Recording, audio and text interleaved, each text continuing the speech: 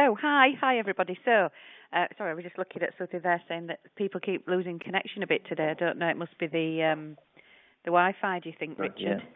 Had a Possible, couple of yes. messages just saying it keeps dropping out. Okay. Maybe it's the weather. Could be. Maybe it was the lightning. It's cut us But off. if you click on the phone icon at the top, you'll get the details of how to jump onto the actual phone platform. That's uninterrupted. Okay. But All right. I think I'm okay. Okay. All right. So today then we're looking at the gender pay gap. It's just a brief sort of run through about things that we're looking at that are coming up in relation to reporting. I've done a bit of an introduction to this just by way of background as well, which I hope you might find a little bit interesting.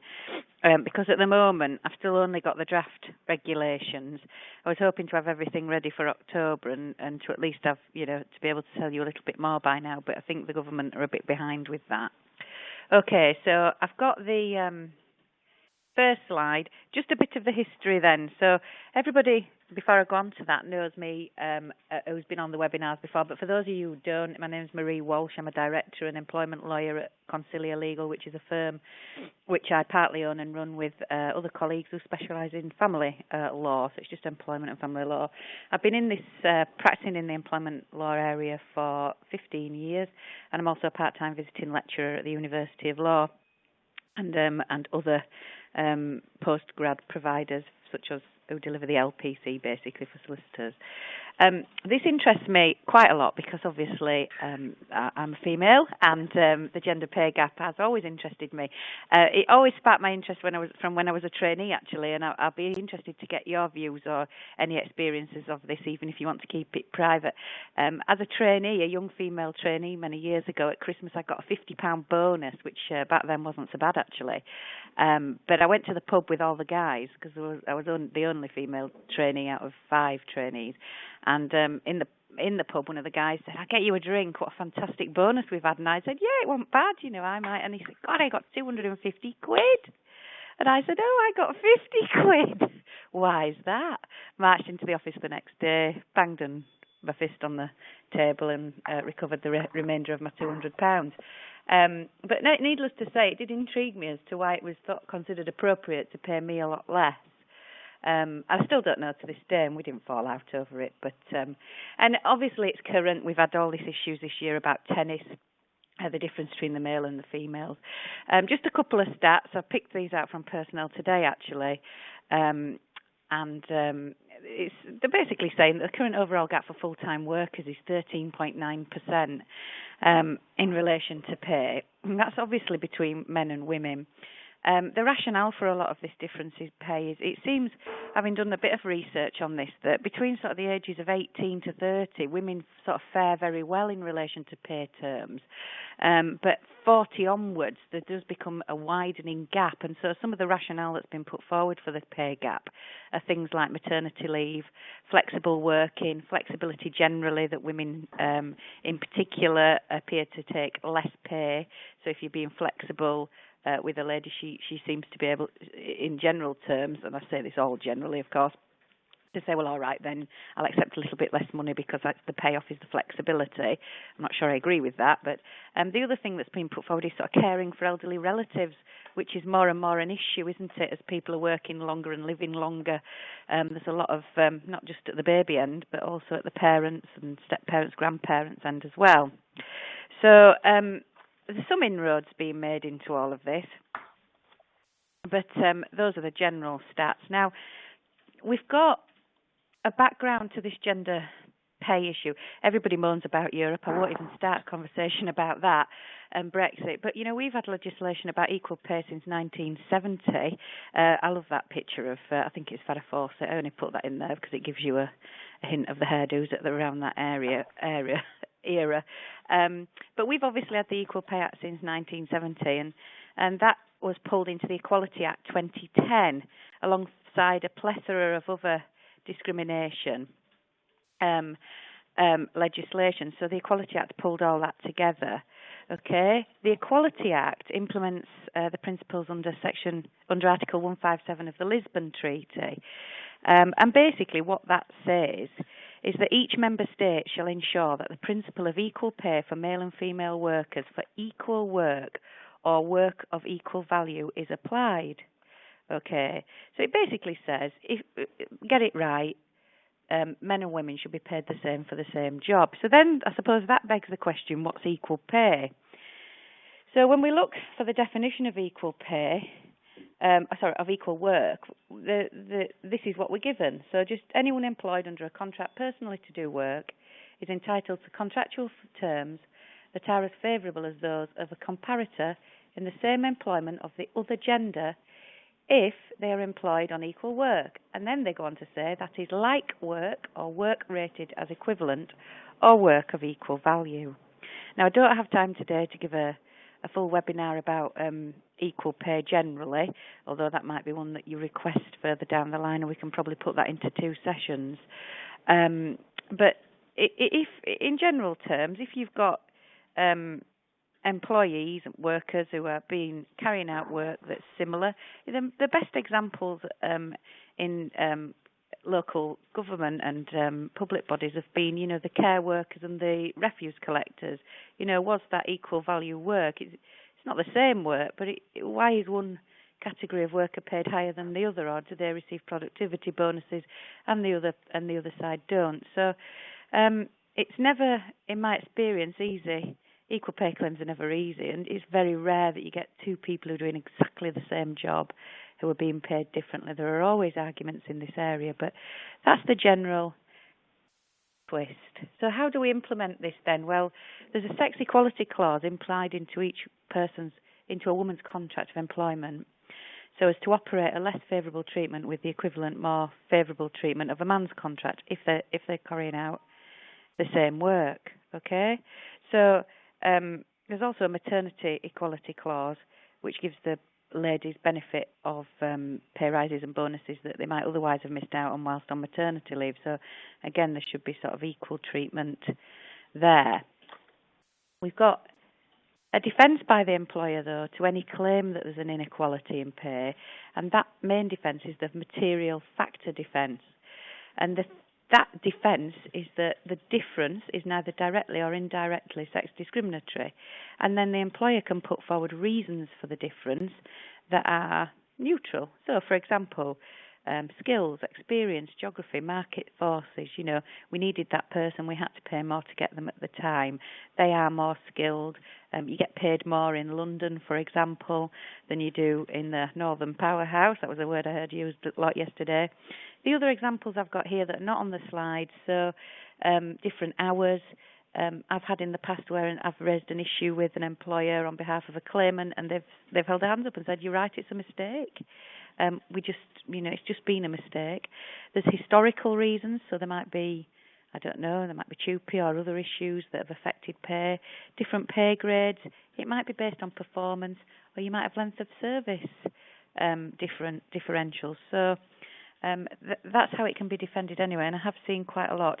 The defence, it must be significant and relevant and not a sham or a pretence. Where I find employers falling down in equal pay claims definitely is where there isn't really a reason for the difference in pay, so they try to make one up. It does not go down well in the employment tribunals, and all I can say is, in my experience, if you think you've got an issue, always best to try and sort that out before you even end there. Just to finish off this quick introduction to this equal pay issue then, remember you can get claims in the employment tribunal. Before we get to that, how does an equal pay issue come to light? Well, it used to be a questionnaire process to ascertain pay, and then it's like a discrimination questionnaire, but that process has recently been dispensed with. There is a question and answers process which ACAS address, which you might not be familiar with, but I don't know if anybody has come across it or has had it used or received a request from any employees or workers. But the ACAS guidance on this is quite good, actually, and it was interesting to review it. But normally, of course, people find out about pay differentials like I did that time in the pub when somebody's had a drink and it comes out, loose lips and all that. Okay, so employees have got 6 months following the termination of employment to bring the claim, but they can also in the tribunal, but they can also bring it in the civil courts. And there's a remedy for back pay, of course. I'll come on to that. So all of that is sort of the background to where we are now. We've always had this legislation for equal pay. The employment tribunals have had the authority to order equal pay audits, and that's been in place since 2014. I personally, none of my clients, and neither have I, had any experience of an equal pay audit being ordered. Again, I don't know if you have. If you have, we'd be really interested to hear your feedback on that and whether you did, whether you did actually comply and what was the process. I've not dealt with one in practice. The main remedy for equal pay is, I say, back pay. Okay, this back pay, including any arrears of pay, of course, can go back about 6 years. But there's no injury to feelings awards in equal pay claims. You can also ask for a declaration, and you can ask for interest as well if you're a claimant. Okay, remember, normal discrimination claims are 3 months to claim. Okay, so let's have a look. Regarding the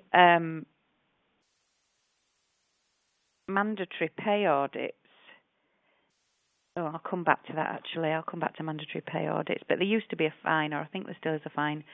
Failure to carry out an audit when you have been ordered to do so might result in a penalty of up to £5,000. This is why I ask you about whether you've had any experience of audits. I'm mentioning that there's a penalty there for reasons which I'll go on to now. Okay. So this is where we were. Recently with equal pay, we've had mass litigation in the public sector. I've had some of my solicitor colleagues have specialised in equal pay claims and made an absolute killing litigating against local authorities for group actions. The unions have also brought a lot of claims. But where we are now with employment tribunal claims generally is, in my experience, that there are that many going forward, and they've got to be of higher value to justify the cost. We've had employment tribunal fees in now for a couple of years, £250 to lodge your claim, £950 to have it heard. You've also got the legal costs if the claimant isn't insured. And also the main thing, I think, with equal pay is there's always a fear of raising issues about inequality whilst employed by an employee. What you tend to see is that employees vote with their feet, become disenchanted with the pay that they're receiving and simply leave. Rather than address it. They don't want to be tarred with the trouble causer brush, which it's personally something I don't agree with, but I can see why people would not want to make a fuss. So where we're going now then, we've got people management saying that 6% of employees would rather go to the dentist than ask for a pay rise, which did make me laugh. What we needed to do and what the government has sought to do then is bring in a new system whereby companies are obliged to report on their gender pay gaps, and I suppose it's a method, if I'm summarising really, to get employers not just to carry on regardless, but to actually at certain times and on a mandatory basis look at what the statistics are in relation to pay, assess in a certain way, and then apply their minds to how they are going to address the issues, if any, that they have in their establishments. Now, initially we had a voluntary approach to this, because so I think there was something like, I can't remember now, but over a lot of people, so over 700 companies or something, signed up, I might be wrong about that, so don't quote me, to a voluntary regime initially, okay? And unfortunately, off the back of that voluntary regime, only 7 companies actually did publish any pay gap information. So clearly there seemed to be an appetite for people to look at what was happening within the businesses, but a very small appetite to actually publish what was happening in the businesses. And again, this could just come down to people wanting to keep confidential information out of the public remit. I don't know if any of you actually work for companies that were one of the 7 that voluntarily went forward to look at and publish their data. Don't know, you can maybe tell me at the end. But the idea is basically for gender pay gap reporting to maintain momentum and drive real changes in workplaces across Britain. That's the government's sort of key phrase. We got Section 78 of the Equality Act, and this contained a power for the government to introduce regulations to require private and voluntary sector employers with at least 250 employees to collect and publish information about their gender pay gaps. Okay, the government's second sort of tagline there was to ensure that women are given the support they need to progress from the classroom to the boardroom. I think that was the Right Honourable Nicky Morgan. So, as I say, initially it was voluntary, but that didn't work. So, following a consultation, this led to the introduction of Section 147 of the Small Business Enterprise and Employment Act 2015, and this section obliged the government to introduce Section 78 of the Equality Act. Okay, so far we've got draft regulations which the government has been consulting about, and as I say, which we expected feedback on by October 2016, which has been put back slightly. But basically, we think the first sort of snapshot stage will be April 2017, and the first publication stage April 2018, by April 2018 at the latest. The definition for looking at pay in the regulations is been kept the same as the definition of pay used by the Office for National Statistics. So pay includes basic pay, paid leave, maternity pay, sick pay, area allowances, shift pay, bonus pay, and any other pay. So, for example, on-call pay, car allowances, standby allowance, etc. The definition of pay does not include, just bear with me, there you go. The definition of pay does not include overtime pay or expenses. So there has been a bit of a debate around overtime pay, but it also doesn't include benefits in kind, redundancy pay, or salary sacrifice schemes. Okay, so the obligations under the regulations would be that a company takes a snapshot over a specific period by no later than April 2017, and that they then publish that snapshot by April 2018. Now, the pay periods are normally the periods that as in the pay period for the employees. So if you pay employees monthly, then that month's snapshot. If you pay your employees weekly, then that week's snapshot. Okay. The requirement is to publish the mean, so the average pay per gender, and the median, so the midpoint per gender, because, and what they say basically is that the median publication is probably the best because that's unaffected by a small number of higher earners. So you publish two types of your pay as you've assessed it. And you're also obliged as a company to publish quartiles, so to then split the pay ranges into 4 quartiles and to ascertain in each quartile percentage of men and women are in there and the pay differentials, if any.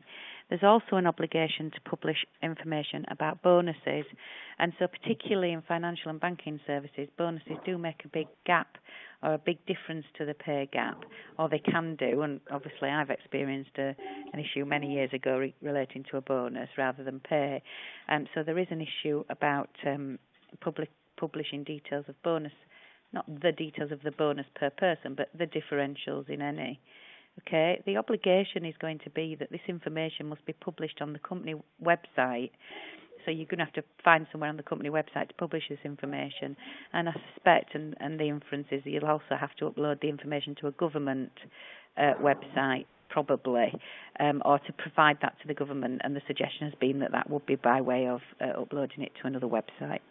The information is going to have to stay there for 3 years. Okay, and that's where we are with it at the moment. So I've just discussed that lot. Okay, so my last question there is, this all sounds quite good. You know, there are a couple of issues.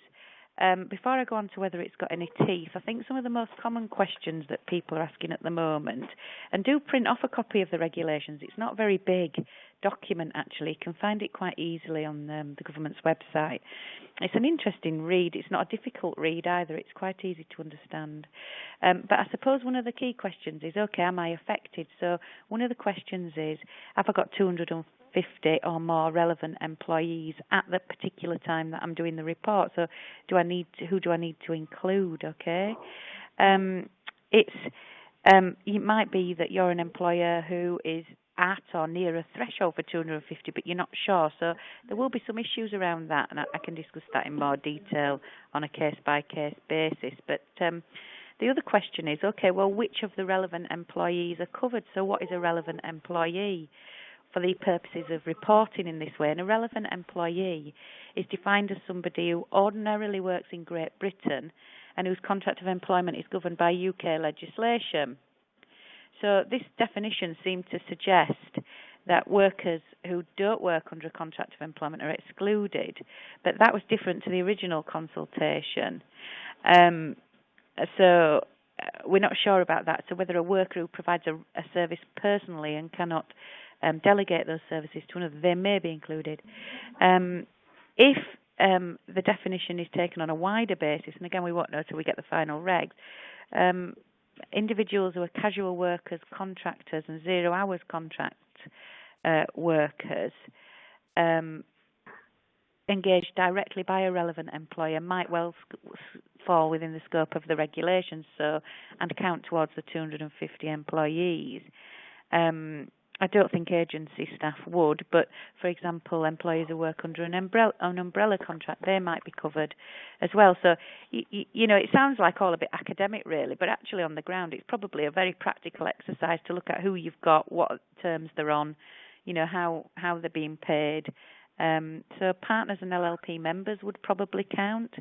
Employees who are absent from work because of long-term sick leave, maternity leave or other issues will also probably count if you're looking at which workers are relevant there. So that's another one of the questions I've been asked regularly. Well, so far, just by employers who are looking to see if that they might be affected. Okay, so bonus pay as well. So people have said to me, okay, so what's bonus pay? This is another thorny issue for some of my clients.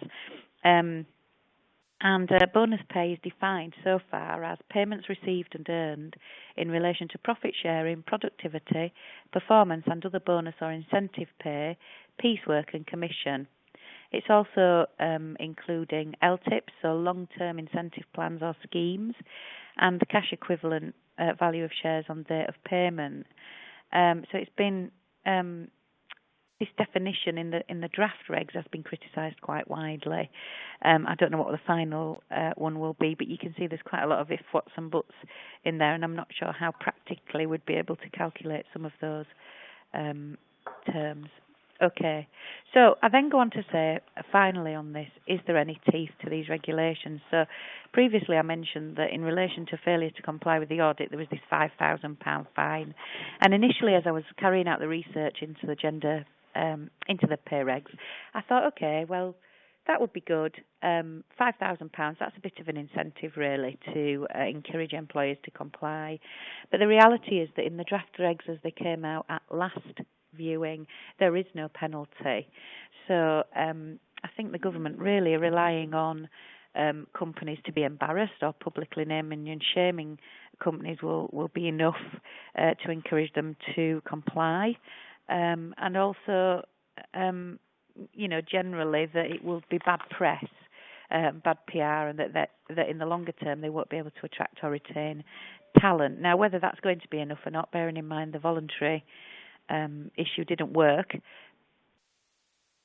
who knows? But in my view, at the moment, the regulations as they were drafted didn't have teeth. Yes, you do have to comply, but what if you don't? Well, never mind. You know, hope you're a little bit embarrassed. I don't know what you think about that, but and I don't actually know what penalty I would consider to be a relevant penalty, or whether there is another fantastic penalty to be introduced for those who don't comply. You know, front page of every newspaper. I mean, obviously, I'm joking, but But some people have said to me, well, £5,000 isn't a lot of money for some companies. They might well just want to pay the fine. It's going to cost them £5,000 in time to try and get to grips with what they're paying people, how many people they've got, and what the pay gap is. So, again, I'd be interested in your views on that. A bit controversial there. Okay, I've said there the implications for not complying. Well, the implications if you comply with the gender pay reporting requirements, so that you might discover that there are potential claims there as an employer. You may receive equal pay claims from employees who see the published data and start to make inquiries and etc. I think it's unlikely there'd be a massive rise in equal pay claims, bearing in mind the fees regime and other negatives which I highlighted earlier. There might be other claims in relation to sex discrimination. As I said, also, you've got your negative publicity and retention and recruitment issues. So what's the advice then for looking at the regs if you think you might be affected? What we're saying generally to our clients is start now, look at the legislation, look at the data pre-requirement to publish, and take action to rectify any issues that arise. So we're saying if you think you're affected, count your employees, do a good assessment of your workforce, look at your pay issues, and before you have to publish your data, try and get things right if you can, or redress any balances or imbalances in pay. What else are we saying? We're saying consider your remuneration packages generally, and analyse any elements that might be reportable under the scheme insofar as you can so far, and carry out an audit of bonuses basically and look at whether there are any differentials there too. I forgot to mention as well that the person who makes the report, when the report is published, it's got to be signed by an authorised person in the company. So if, for example, I was reporting on Consilia Legal, I would sign the report. It had to be somebody who's familiar with the reporting obligations. So you might want to get somebody to have a look at the regulations in the company in which you work if you're affected and bring them up to date, and have somebody who's assigned in your department to deal with this as and when it comes in. So although there's been a delay in publishing the final regs, there's still not expected to be delay on the April 2017 and 2018 terms. Okay, so questions then. I've had a couple of people who have had to log off because they lost the sound, but I think that's just one of those things today.